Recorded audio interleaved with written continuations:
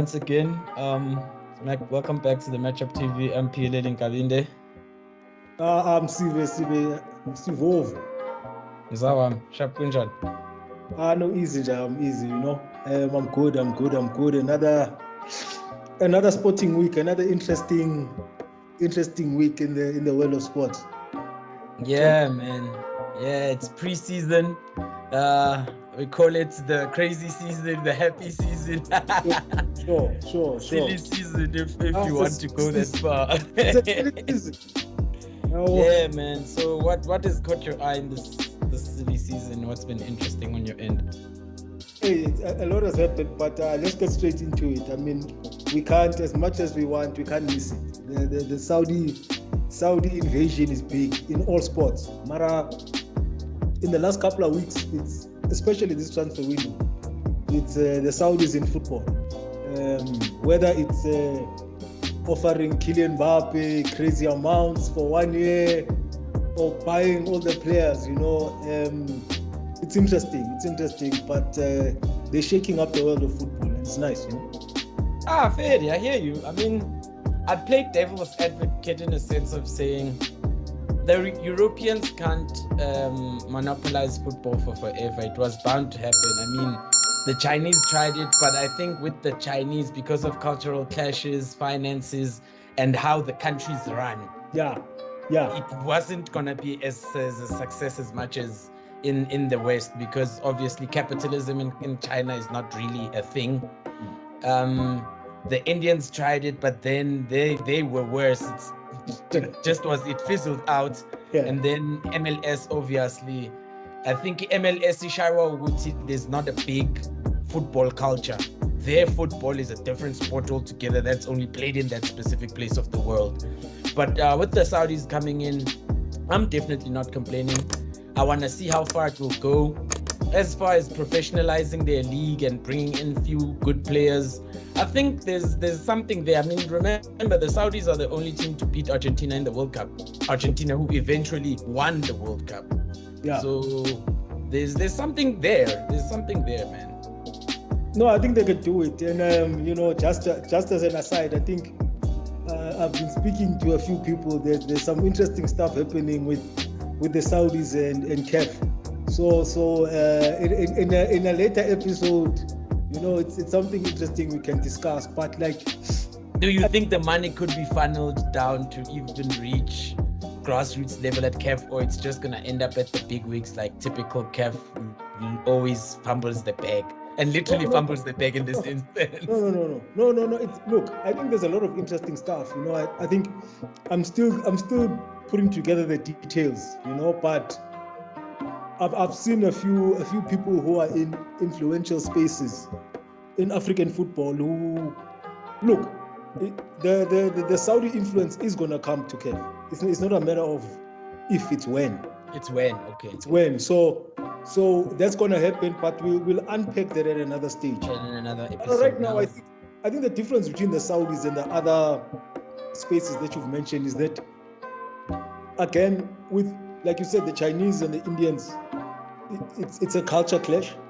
But if you look at the Saudis, whatever they put their mind to, they really do it well, So if you look at things like golf, they golf, yes. People were laughing at them at first, but now you can't ignore them, Yeah. There's just a certain way when you have a lot of money and resources and you have the right leadership, that can make things happen. So I think the people who are writing off this Saudi, the Saudi influence in terms of football, they need to be careful, because these guys, when they do stuff, they do it properly. That's the take on the situation. And then, do you feel like the players going there, is it an issue of going for the last hurrah, a quick buck, and you're set for life, or there's literally a movement in terms of trying to leave a legacy of that they professionalized a certain league, they built something? Like, where's your stance on that? I'll share mine, but I just wanted to hear, especially Africans who are going there, and West Africans to be in particular. Look, man, I think number one, it's money. There's two things that we keep mentioning. It's money and culture. So number one, a lot of African players, players of African descent, whether Tunisian, Moroccan, Egyptian, North African and West African, yeah. There's a big Muslim influence. So the Gulf is predominantly a Muslim space. So culturally we'll be comfortable in terms of the way of life. So that's number one. Yeah. But the most important thing that was missing for a lot of African players is that in Europe, they were going there for money. It's a money move. But now, culturally, you were a bit uncomfortable, and the weather, and it's cold, language. But now you go drinking culture. You have to hold yourself back when it's celebrations of champagne. So I think it's a cultural fit. It's a cultural fit for some players. And then number two, the money is great. Let's be honest. I mean, this is a job. You know what I mean? Yeah. A lot of people don't understand that a lot of footballers from all over the world, South Americans, Africans predominantly, come from very poor environments. Backgrounds, yes. So your salary is not just you know, and your immediate family. Sometimes you are supporting extended families and even communities to a certain extent. I mean, Sadio Mane is the perfect example of that. Yeah. So if you look at people like, even historically, Drogba, Eto'o, you know, George Weah, these people, JJ Okocha. You're not just supporting your family and your community. These guys are building hospitals. They bankrolling families. Sometimes they even bankrolling the national football teams, you know, football clubs, football teams. So Mina, my interjection in or stance in this is basically, as a footballer, you're one bad injury away from your career ending. So if you're gonna entice me with good money for just 3 or 4 seasons and then I can go back to Europe, I might as well.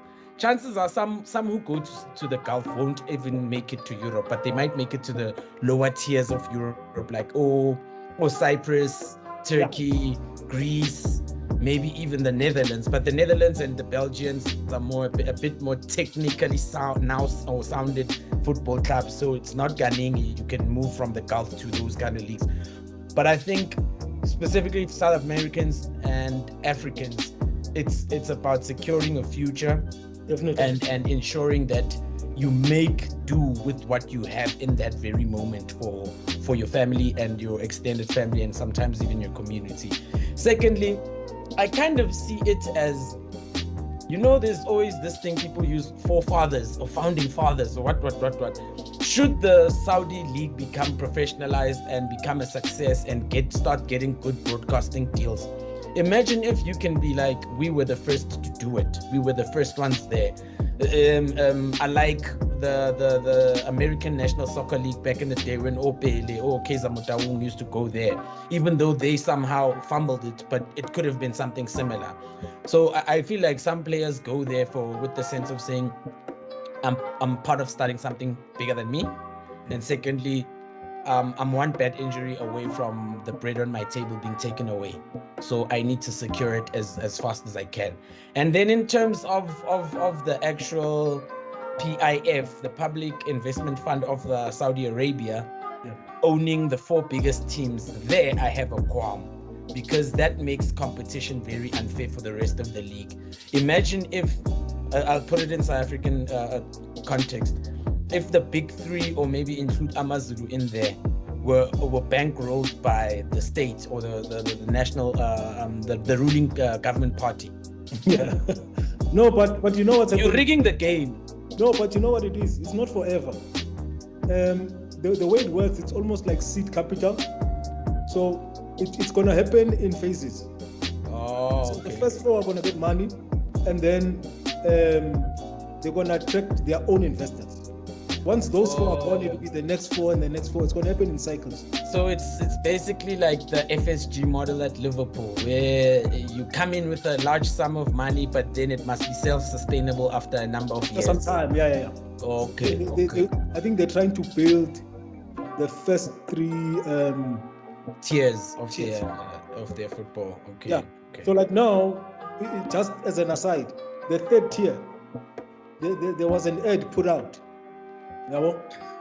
So if I was 10, 15 years younger, I'd be running around in Saudi Arabia now because I'm trying to play third-tier football there. Because it's interesting because there's something like, if you make it into one of those third-tier teams, whether you're a coach, whether you are physio or whatever player, I think you get something like something equivalent to, I'm not sure if it's dollars or pounds, like $4,000. You know, I think they use their estimations so far have been using the dollar currency. And it's tax free, yeah? The tax. That's another part of it. Yeah. So it's interesting what they're trying to do, and also it's an opportunity for our players. Look at Tulani Serrero, Pizzo. Look at the money they. I know even Dinon Ndlovu was somewhere in the Gulf for a long time. Yeah. So man, I like it, man. I think if you can spread the love all over the world, not every footballer is going to play in Europe. And also, I think the barrier to entry is lower. You don't have to play for a national team. Oh, like those requirements are a bit easier. Okay. I think it's easier to get into Saudi Arabia than to play in Botswana. Yeah, I remember I saw something along the lines of Botswana saying you have to have 10 national caps. So Take it in Botswana, go to Saudi Arabia. My last one parting shot on this is broadcasters will have a really big part to play in this, and that's where the West has kind of cannibalized and weaponized their media against the Saudis and the Qatarians, or Qataris, I mean. Because they know they've monopolized and secured so much TV right deals across Europe and Africa. They know that, imagine having to convince the pay channel here to start broadcasting live matches of those Saudi Arabia or the Saudi Arabia National League. It's going to be a challenge. First things first, there must be a buy-in with the followers of football fans. There must be a buy-in with national TV chains or whatsoever, licensed channels, and then there's the international channels that you have to woo as well, or BBC or Sky, those kind of guys. So ESPN's in the US, those kind of guys. So it's going to be I think that's going to be essentially their challenge. But with what they did with LIV Golf, they've already put ESPN in the bag. So that relationship could be easily secured than the British guys, because the British are hella resistant. But what you'll find is that SuperSport or MultiChoice, or that asset, has a big partnership with Canal TV in France. Yeah. So a lot of the players who are moving to Saudi come from francophone countries, so-called francophone countries. So if they say no, someone else will take that money, and capital follows money, So the broadcasting deals, going back to my first point that I made about them coming to the continent, if they don't take this now, if they don't adapt to the Saudi league, it's going to cost them in future, because a lot of the legacy partnerships with the Western broadcast deals are being cut. So the Saudi guys if you don't join them now, it might be a problem in future. Yeah, down the line it will bite you. All right, man. Now let's wrap it up, bro. I just wanted to talk quickly about football kit manufacturers, man. How you feel about that? I know it's a big gripe, the aesthetics, but for me, I think as a fan, I'll be honest, the last time I bought a kit was probably 2-3 years ago. Locally, for obvious reasons, it was. You're not even gonna mention your team. Won't go there. It was about 12 years ago. I think for fans, even though we are close to them, and these things are expensive, because kit comes out once a year, you put that money aside, and then you buy it. But what convinces you to buy a kit, at least for me, is the success of your team. Yeah. So even if you are loyal to them, but if they're not winning, hey, you know what I mean? The kit looks uglier, you know what I'm saying? Yeah, it's worse when you're not winning. You're not even seeing the aesthetics of it. Yeah. No, look, personally, I feel like with this cost of living pandemic we're going through, kit manufacturers are taking the mickey out of football fans. I know it's another money generating stream, but I feel like aesthetically, this is the worst season I've seen for kids. Sure. Yeah. I can give a few examples. Arsenal's away kit is terrible. Locally, there's that kit of that club of yours now who's sponsored by Caper. Yeah. We don't know what's going on. There's greens, there's mountain climbing, black yellows. We don't know. Yeah. And then there's obviously internationally also I've seen some just it's low standard kits, let me put it that way. And for the money they go for, I don't think it's worth it. I think manufacturers need to rework the deal in a sense of a kit for every 2 seasons. And then maybe the third kit and the away kit could be the ones they interchange yearly. Because for me, I feel if you have a family and you guys are all supporting a certain football club, you're looking at 800 Rand, 900 Rand a pop for the junior kits, and then around a grand 3 to a grand 6, grand 5 for adult kits. And depending on how much you want of a replica, like there's these just away rep, home rep, but then there's the one that's manufactured as similar as to the sportsman ones. Sure. And those ones are even more expensive. Yeah. So yeah, man, I don't know. But then there's also the collaboration of the brand Adidas with Mutebe Makuku for Orlando Pirates in South Africa. And that's for me, that's a great collaboration. But I question the aesthetics, but that's a story for another day. For me, that in specific, I just want to finish this point before it leaves me. It's a big deal because it opens up another section of fans. Yeah. If you mix the fashion world and the stylistic world together with the sports world, you're now collaborating 2 different worlds, and you never know, maybe it could be a sweet spot for future designers in the country where the big 3 and all the other teams can even bring in native designers from the country to start working with these kit manufacturers and make us a bit more localized kits. This thing of we're getting this B-grade stuff from the international manufacturers because it's an off-cut yet Juventus. Who do you think about in South Africa's black and white? Orlando Pirates, so no, I'm not for that. Yeah, look, I think the idea is nice, but the execution is bad, because as much as you want more people to buy the gear, you want in your home, you want the husband, the wife, the young girls who play football as well to buy the kit.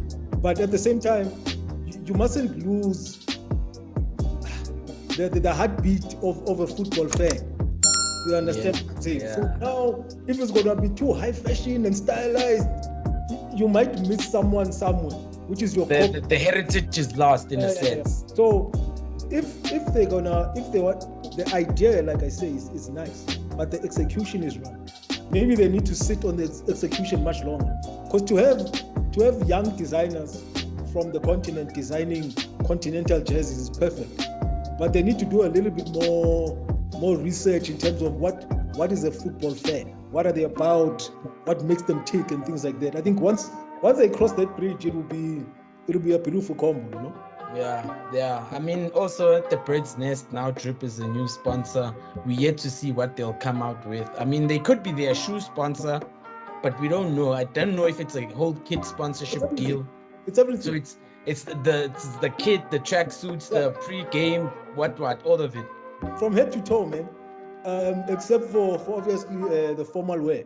But I think like the Drip is going into the sports apparel space, as far as I know. So let's see. I mean, I haven't seen they haven't launched a kit yet. So yeah, it was just they were wearing sneakers at practice, and that's that. I didn't see anything else. They're showing us tracksuits, and it's weird.